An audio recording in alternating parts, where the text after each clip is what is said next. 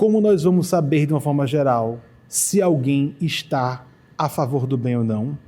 Normalmente, como a terra ainda é do mal, pessoas muito aplaudidas pela multidão, pela maior parte das pessoas, não são do bem. Raríssimas exceções. Chico Xavier foi uma, no final da vida. Raríssimas exceções. E ele é aplaudido pela parte em que ele estava sendo irônico às vezes, e não pela parte que ele tem valor. Bem interessante isso, né? Raríssimas exceções. E quem disse isso? Jesus. O verdadeiro profeta, que não é só profeta na área de liderança espiritual, em qualquer área. Qualquer pessoa que está à frente, um acadêmico, teve uma visão extraordinária na sua área. Pronto, todo mundo cai de pau em cima.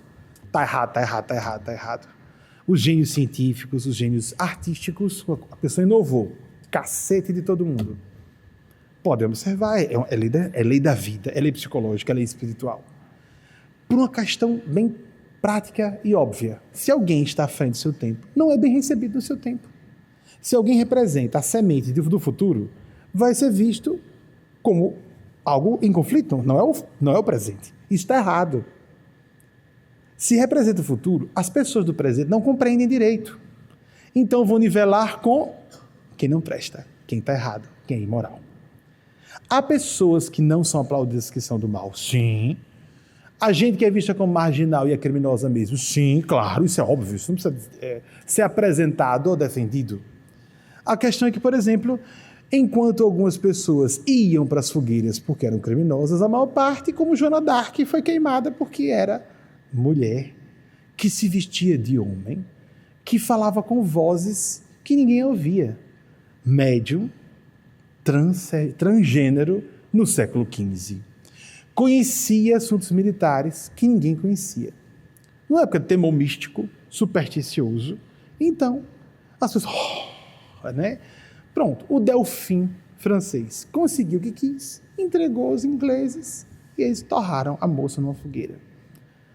Entre 17 e 19 anos ficou presa e realizou toda a sua campanha entre 14 e 17 anos. Vocês imaginam que era uma pessoa de 14 anos, não de hoje. A gente está brigando para dizer que 14 anos será a maioridade penal no futuro, como o Chico Xavier falou em 84. Agora imagine o que era uma pessoa de 14, por causa da massa de informações que os jovens recebem desde que nascem. Agora imagine uma menina camponesa, analfabeta, do início do século XV. A quanta informação ela tinha sido exposta para sair da sua aldeia ouvindo vozes, chegar ao castelo do Delfim francês, derrotado, um medíocre, uma pessoa desqualificada, e ali se apresentar e convencer a todos de que me arranje um exército porque eu vou salvar a França. E fazer isso realmente, não só dizer, fazer. Utilizando táticas de guerra que foram usadas com vanguarda por Napoleão Bonaparte mais de 200 anos depois. Quase 3 séculos, 250 anos depois. Surreal, não é? Eu me lembro de um autor no século XIX, Leon Denis, que disse: a gente só acredita que ela existe, não há questionamento quanto à essência dela, porque é uma personagem dos tempos modernos. Então a quantidade de informações, de registros oficiais é imensa. Mas Jesus levanta essa dúvida sobre a existência dele, vocês sabem, né? Passa um tempinho, não, essa pessoa não pode ter existido. Pensemos direito sobre Joana d'Arc. Não, essa pessoa não pode ter existido. Como assim uma pessoa fez isso? Entre 14 e 17 anos. E foi ela, e ela teria terminado a Guerra de 100 Anos, não a tivessem traído como a traíram. Mas ela deu, isso é considerado unânime pelos historiadores, foi ela quem desencadeou o processo de reversão da Guerra de 100 Anos. Com apenas 3 anos. E no final da campanha dela já estavam sabotando. E nunca, uma santa, e nunca empunhou uma espada em campo de batalha. O que é que vocês acham? Não é interessante? Que não é muito dito isso não. Ela aparece com a espada, não é? Ela não usava a espada, ela foi ferida 2 vezes, extraordinariamente só 2 vezes. Mas ela estava ali, dizia o que era para fazerem e não machucava ninguém. Ela veio como autora intelectual de uma estratégia militar superior. Um general do plano sublime desceu em corpo de menina e fez o que ninguém, durante quase 100 anos, tinha feito pela França. Por quê? Porque havia patrimônios genéticos de informação de Emmanuel Chico Xavier sendo cuidadosamente entrelaçados, século sobre século, para que cérebros especiais fossem lá conformados e os gênios do iluminismo pudessem reencarnar no século XVIII.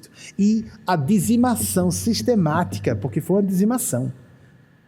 Houve morte, eram chacinas sucessivas, década sobre década.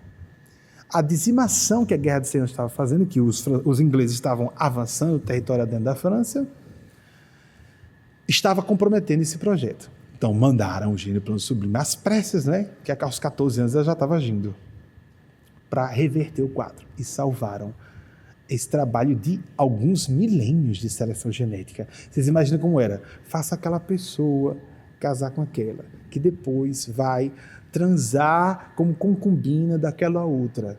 E aí era concubina, era amante, mas era uma coisa inspirada por Deus.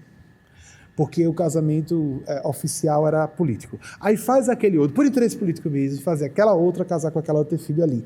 E isso, imaginem, a cada geração, uma seleção, para chegar aos cérebros do iluminismo no século XVIII.